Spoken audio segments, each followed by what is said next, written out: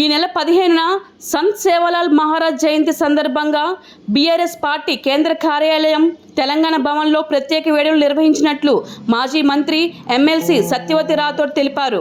ఈ వేడుకలకు party working president K తారక రామారావు, గిరిజన ప్రముఖులు హాజరవుతారని పేర్కొన్నారు. దేశవ్యాప్తంగా ఉన్న 16 కోట్ల మంది గిరిజనులకు సేవాలాల్ మార్గదర్శి, ఆదర్శప్రాయుడని కొనియాడారు. తెలంగాణ భవన్లో మంగళవారం మాజీ ఎంపీ మాలోత్ కవిత, మాజీ ఎమ్మెల్యే శంకర్ నాయక్, నాయకులు రామచంద్ర నాయక్, వాద్యా నాయక్, సంజీవ్ నాయక్, శ్రీనివాస్ రవితో కలిసి ఆమె మీడియాతో మాట్లాడారు. కేసీఆర్ హయాంలోనే సేవాలాల్ మహారాజ్కు ప్రత్యేక గుర్తింపు వచ్చిందని గుర్తు చేశారు. సేవాలాల్ పుట్టి పెరిగిన మహారాష్ట్రంలోనే కూడా ఆయన జయంతిని సర్కారు అధికారంగా నిర్వహించడం లేదని చెప్పారు.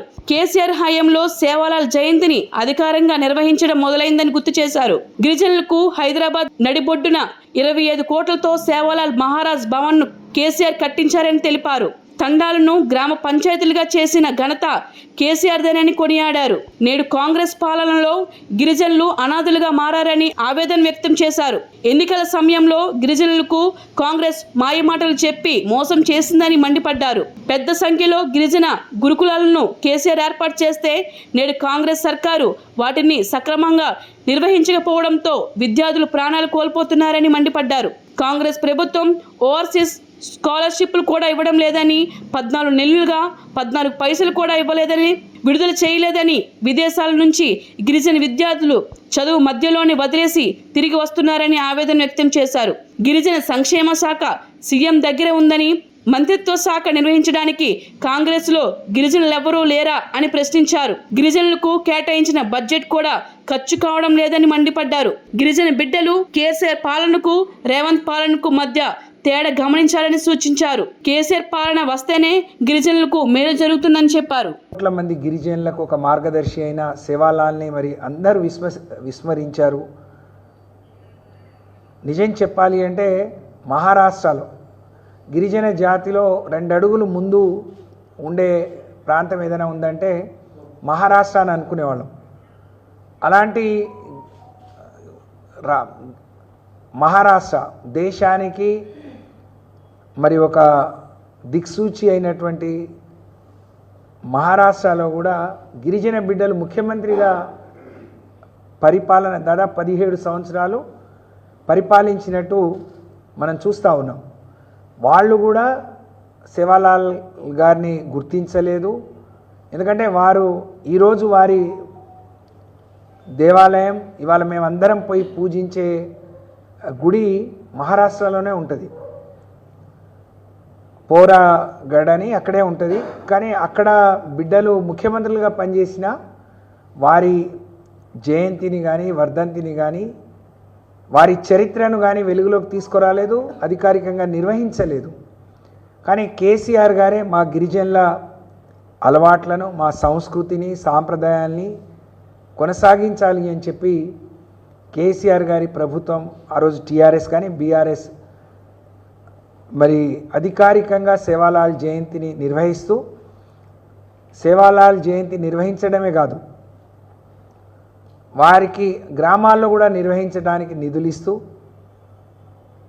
ప్రతి కమ్యూనిటీకి మరి ఒక్కొక్క భవనాలు ఇచ్చే క్రమంలో భాగంగా గిరిజనులు అత్యధికంగా ఉండే ఈ రాష్ట్రంలోని దాదాపు 52 నియోజకవర్గాల్లో మొదటిసారి ఒక 25 నియోజకవర్గాలకు 1,20,00,000 చొప్పున, 25 నియోజకవర్గాలకు 2 కోట్ల చొప్పున బంజారా భవన్లు, సేవాలాల్ భవన్లు ఇవ్వడం, హైదరాబాద్ నడిబొడ్డున బంజారా హిల్స్లో సేవాలాల్ భవన్కు 25 కోట్లు, అలాగే కొమరం భీం భవన్కి 25 కోట్లు ఇచ్చి బ్రహ్మాండంగా మా జాతి బిడ్డలు తలెత్తుకొని తిరిగే విధంగా హైదరాబాద్లో గిరిజనుల చిరునామా ఎక్కడుంది అని అంటే అది బంజారా హిల్స్ అనే విధంగా బంజారాలు అక్కడ నివసించినరు, నడియాడినరు అని చెప్పి అనుకునే ఆ బంజారా హిల్స్ వైపు కన్నెత్తి చూడలేని పరిస్థితిలో 2 భవనాలకు 2 ఎకరాలు స్థలం ఇచ్చి 50 కోట్ల రూపాయలు ఇచ్చి వాటిని పూర్తి చేసి జాతికి అంకితం చేసిన, మాకు అండగా నిలబడి మా చరిత్రను, మా సంస్కృతిని, మా గౌరవాన్ని ప్రపంచానికి చాటి చెప్పిన నాయకుడు కేసీఆర్ గారు. మరి ప్రతి సంవత్సరం ఇక్కడే నిర్వహిస్తూ ఉన్నాం.